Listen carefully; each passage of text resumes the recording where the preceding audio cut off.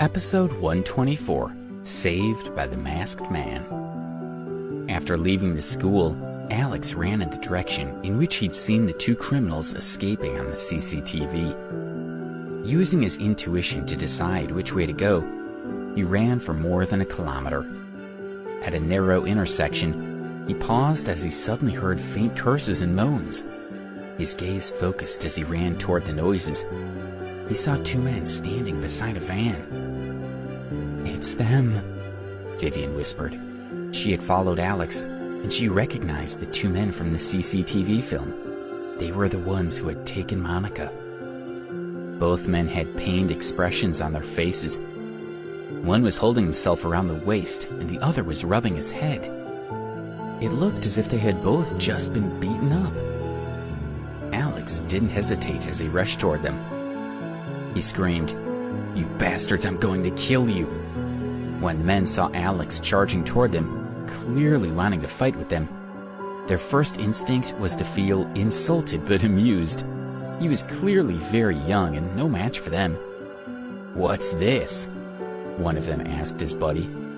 "What the hell?" said the other. Before they could get into position, Alex had hurtled up and kicked one of them. The man fell instantly to the ground. He also knocked the other man to the ground, then propped his knees against his neck and raised angrily, "Where's the little girl?" Vivian had already searched the van, but there was no sign of her. "What are you talking about? We don't know anything about a little girl."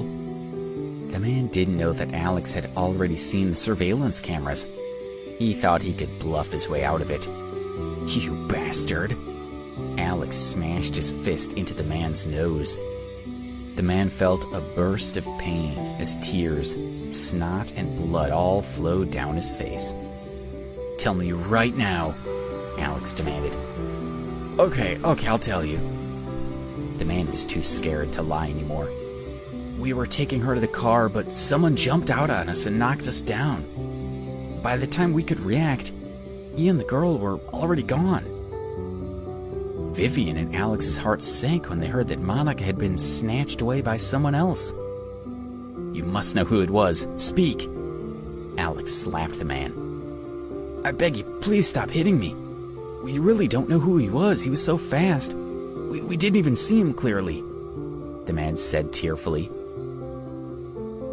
Alex was furious, and he punched the two men hard in the guts. They held their stomachs, feeling as if their internal organs had been crushed. At that moment, two police cars arrived. Alex handed the two men over to the officers, who took them to the police station in one car, leaving the other car behind with two other officers. The remaining police officers contacted the traffic department, who told them that on the footage from surveillance cameras, they had been able to spot the suspect taking Monica to a nearby park. Alex, Vivian, and the two police officers went immediately to the park to find them.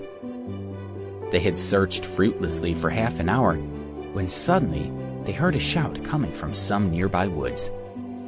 "Mom, I'm hit!" The voice called, then stopped, as if someone had covered the person's mouth. Alex and Vivian both recognized Monica's voice. Vivian faced the direction of the voice and shouted in panic, "Monica!" Alex and the police officers turned around and saw a small copse of trees in front of them. Alex signaled to Vivian to keep quiet.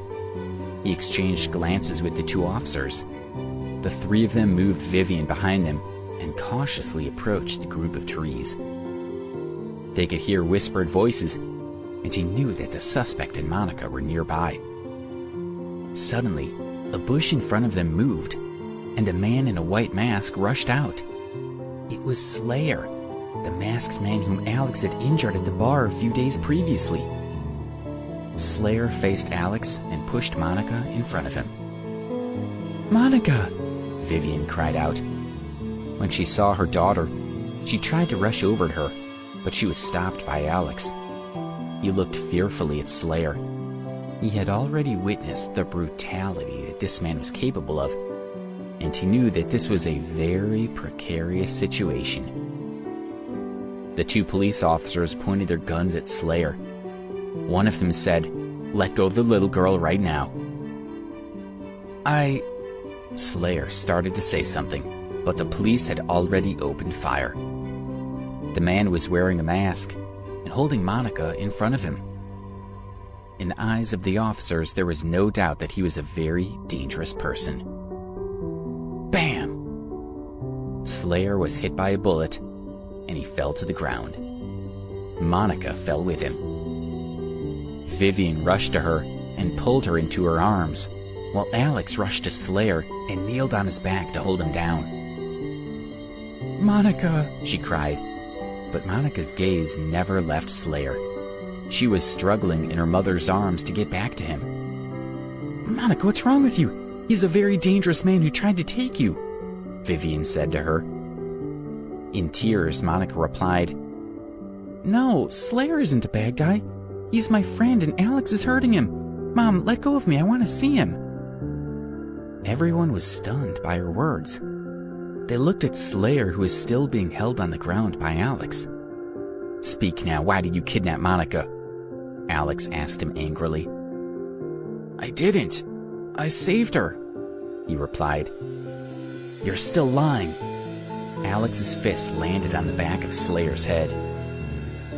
Alex's methods were too aggressive, so the two police officers stopped him. It was their responsibility to interrogate the suspect.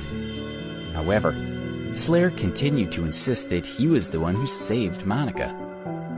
At that moment, one of the officers' phones rang. After a short conversation, he ended the call and released Slayer. He explained, "The surveillance camera showed that it all happened exactly as he said. This man defeated the two kidnappers and brought Monica here. He had no intention of harming her. And when he heard us shouting, he hid with her to protect her." Hearing what the officer said, and watching how Monica reacted to Slayer, Alex and Vivian knew that they had been wrong about him. Vivian let go of Monica's hand, and she looked at him. She said, "Slayer, are you okay? Are you hurt?" He replied calmly, "Don't worry, the police only shot me with rubber bullets. It didn't hurt at all." Monica's face lit up. "Banana bullets?" she asked. She walked up to the two police officers and asked one of them, "Mr. Policeman, can I look at your banana bullets? I want to try one and see if it tastes good." Only then did the two officers realize that Monica had some type of learning disability. They smiled and chatted with her for a while. Before leaving, they asked Alex and Vivian to go to the police station later that day to give their statements. Seeing that Monica seemed very happy with Slayer, Alex was confused. He wondered, what kind of person is this Slayer, and why does he always wear a mask? As if reading Alex's mind, out of the blue, Monica innocently asked Slayer, "Slayer, can you take off your mask so I can see your face?" "No, my appearance will frighten you," he replied. He was caught off guard by her question and took a step back. "It won't, I promise. Please let me see, I'm begging you," Monica said pleadingly as she held Slayer's hand with both of hers. "All right," Slayer finally agreed. Monica smiled happily. She was excited about seeing Slayer without his mask. Alex and Vivian were also watching curiously. They wanted to know more about this man. Slayer slowly took off his mask and revealed his face. "Ah, a ghost!" Monica screamed out in fear and ran to hide behind Vivian, who grabbed Alex's arm tightly. Alex's eyes narrowed. He was also shocked by what he saw. There were white spots on Slayer's face and a large purple birthmark over his left eye. These two colors made his face look terrifying and ugly. "I've scared you," he said sadly when he saw their reactions. He looked forlorn as he grabbed the mask and put it back on his face. "You followed me from Preston University, right?" Alex asked him. He remembered feeling that someone was following him and concluded that it must have been Slayer. "Yes," Slayer nodded sadly. He was aware that ever since Monica had seen his face, she had been hiding behind Vivian.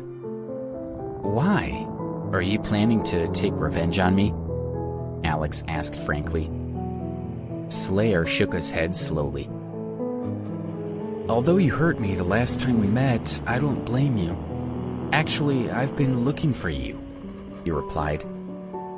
Why? Slayer was quiet for a moment. Although he couldn't see his face, Alex was sure that his lips were trembling. He stuttered. Because... His voice was shaky. It's okay, just tell me what's on your mind. Say it and I'm sure you'll feel better, Alex said as he patted Slayer on the shoulder. He could tell that he had something he needed to get off his chest. Because my face is disfigured, right from when I was young, other kids have always laughed at me. In my town, I was a joke because I wanted to have friends, but no one wanted to play with me. In the end, I was sent to be raised in a monastery, but I was even bullied and mocked there. When I was old enough, I left the monastery to make my own way in life. I tried to get a job, but no one wanted to employ me, and I gave up all hope. I was ready to jump into the river and commit suicide. Did Henry save you? Alex had guessed that this may be the reason that Slayer was working for him. He nodded and continued with his story. He told me that he could stop people from mocking me. He gave me this mask and told me that if I wear it, I'll be an ordinary person like everyone else and that I'll be able to live a normal life. Do you think he was lying to you? Alex asked worriedly, as he looked at Slayer's weird clothes. At least he stopped me from being mocked by others. I'm much better off now than I was before.